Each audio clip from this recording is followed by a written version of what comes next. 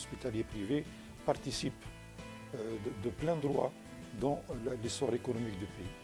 Parce que nous recevons plus que 2 millions de malades de patientèle étrangère. Quand je dis patientèle, c'est-à-dire malades, il faut multiplier ça par 3, parce que chaque malade il est accompagné au moins par 3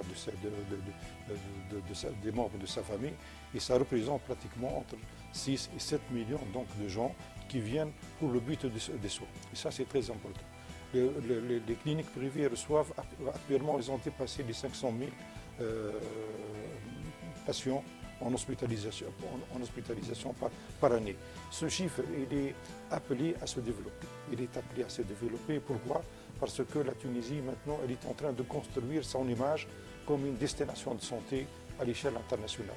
Parce que maintenant, on doit sortir du principe de la compétitivité sur le principe de la destination internationale. Et là, nous avons tous les moyens de le faire. Notre chance en Tunisie, c'est que tous les établissements de santé qui sont construits, elles doivent obéir à un cahier de charge. Un cahier de charge qui prend en charge toutes les normes en espace, en équipement médico-technique et en équipement technique et en normes de personnel. Nous sommes orientés vers la qualité. Justement, les établissements sont de plus en plus beaux, sont de plus en plus aérés et puis ils obéissent justement à l'aspect qualité et surtout de bien-être. Nous avons considéré le malade lui-même. Il faut que le malade trouve le bien-être, c'est-à-dire des chambres qui soient bien adaptées à son état de santé, à sa famille aussi, quand il a une famille qui l'accompagne. Nous avons pensé aussi au personnel qui travaille.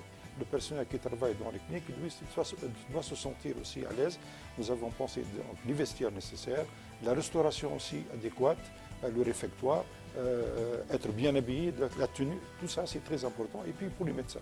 Le médecin, c'est notre deuxième client, si vous voulez. Il faut que le médecin trouve la dignité du travail de la médecine, il trouve l'espace nécessaire, le personnel compétent et surtout l'espace, c'est-à-dire les bureaux nécessaires, les secrétariats pour écrire les comptes rendus et des espaces aussi pour recevoir les accompagnants ou les malades pour qu'ils puissent passer et s'expliquer avec tout ce monde-là.